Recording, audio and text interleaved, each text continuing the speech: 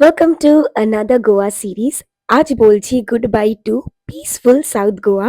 3 দিন যেভাবে কাটালাম, কাম বিচেস, স্লো মর্নিংস, পুরো শান্তি ভাইব। অনেস্টলি ছেড়ে যেতে খুব খারাপ লাগছিল। Everything will be missed. Last ব্রেকফাস্টটা করে নিলাম আগন্ডা বিচে। We checked out and started for north Goa. কোথায় যাচ্ছি একটু পরে জানতে পারবে। Firstly, we turned on the music in the car because we wanted that vibe that we are going to North Goa because we were super duper excited. আর এই জায়গাটা দিয়ে তো সবাই খুব পরিচিত, দ্য গোয়াস ফেমাস ব্রিজ।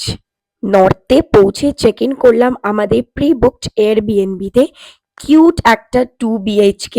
নিচে ছিল একটা হল যেখানে অনেকটা স্পেস ছিল অ্যান্ড তার সাথে ছিল open kitchen and I just loved it so much and this was our bedroom.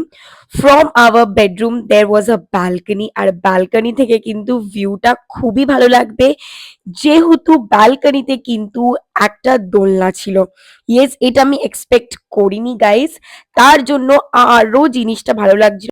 উপরে ছিল আরেকটা বেডরুম যেটা কিন্তু অনেকটা স্পেশিয়াস ছিল আর ওর সাথে ছিল অ্যাটাচড বাথরুম। যেরকম আমাদের নিচে ছিল আলাদা করে বাথরুম, বাট এখানে ছিল attach bathroom and there was a small balcony where you can sit and enjoy in the evening. Too hungry ছিলাম, সো লাঞ্চ করতে গেলাম ফিশ ডেকে অ্যান্ড অনেস্টলি বিগেস্ট মিস্টেক ছিল আমাদের। একটা পমফ্রেট 1700 রুপিস, ভাবতে পারছো? টোটাল বিল 5000 ক্রস করে গেছিল। Totally overhyped and overpriced. লোকালে খেলেই বেটার হতো। এখান থেকে খেয়ে নেওয়ার পরে আমরা একটু মুড ফ্রেশ করতে চলে গেছিলাম বাগা বিচে। সাউথের শান্তি থেকে নর্থের হ্যাপনিং ভাইব, পুরো ডিফারেন্ট ফিলিং ছিল, but enjoyed a lot. Back to stay because একটু রিল্যাক্স করার ছিল, কেন কি খুব টায়ার্ড ছিলাম। Also did a relaxed hair wash.